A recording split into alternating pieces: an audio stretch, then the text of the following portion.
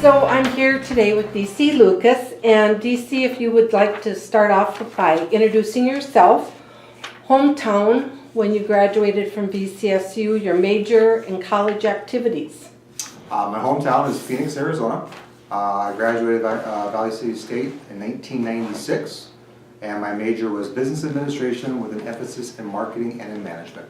Okay, and during college you did what kind of activities? I was a Viking ambassador. I was also a member of the Viking baseball team.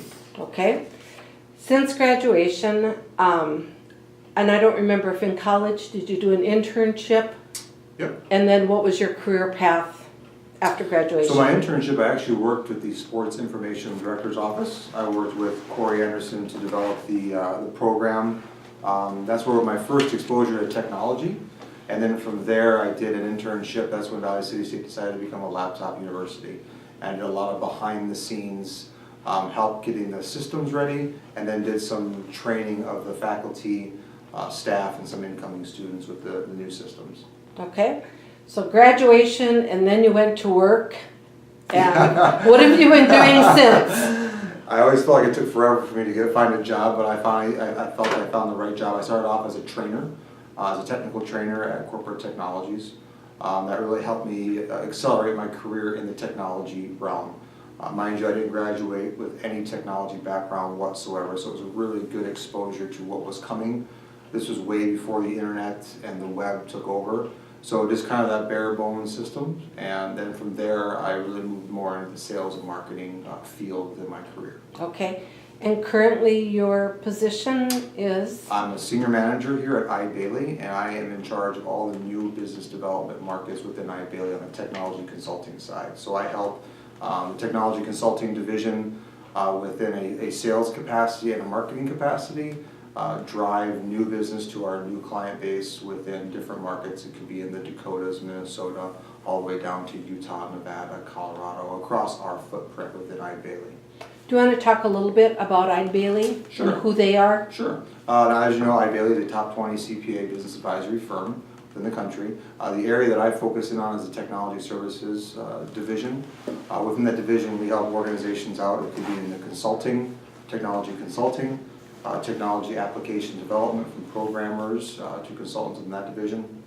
We have infrastructure, cloud infrastructure division, security, web security, hacking division, and then business applications, ERP, CRM, and financials, back office financials. So we encompass the whole portfolio for organizations. And then we help those organizations either make good purchasing decisions on solutions or help consult on how they can utilize technology better. Okay. Do you know what states Eide Bailly is located in? We are at 27 offices in 12 states. Okay. Yep. Mainly upper Midwest? Yeah, Fargo is the headquarters, but we just made some strategic acquisitions in Utah, Nevada, and Spokane, Washington.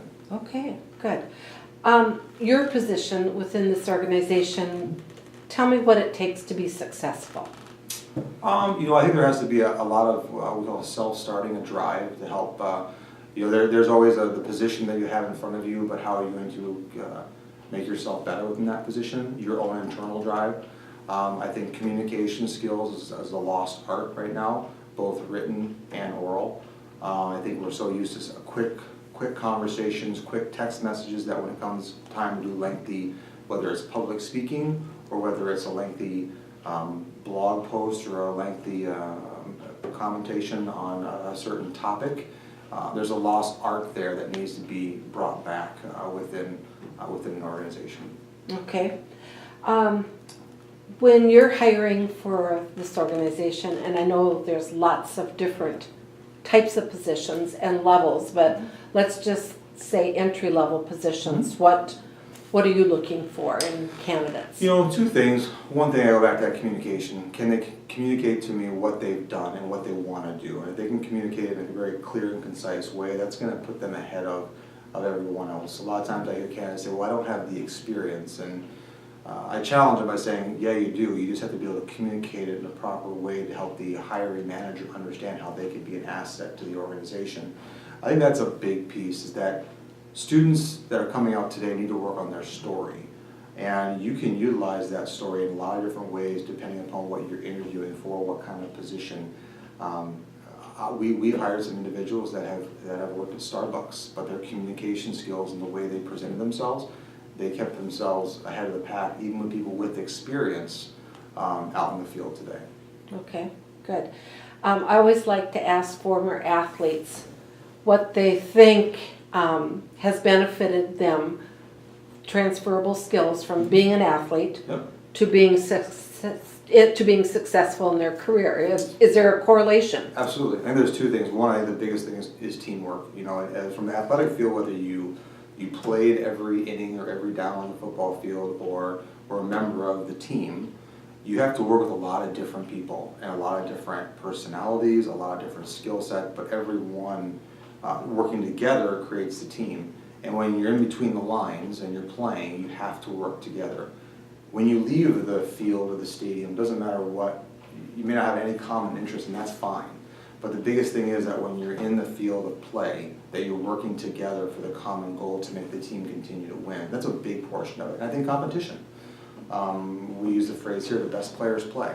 And if you know that you have to compete and you know that you have to continue to improve, that's a big component, no matter what your skill set is.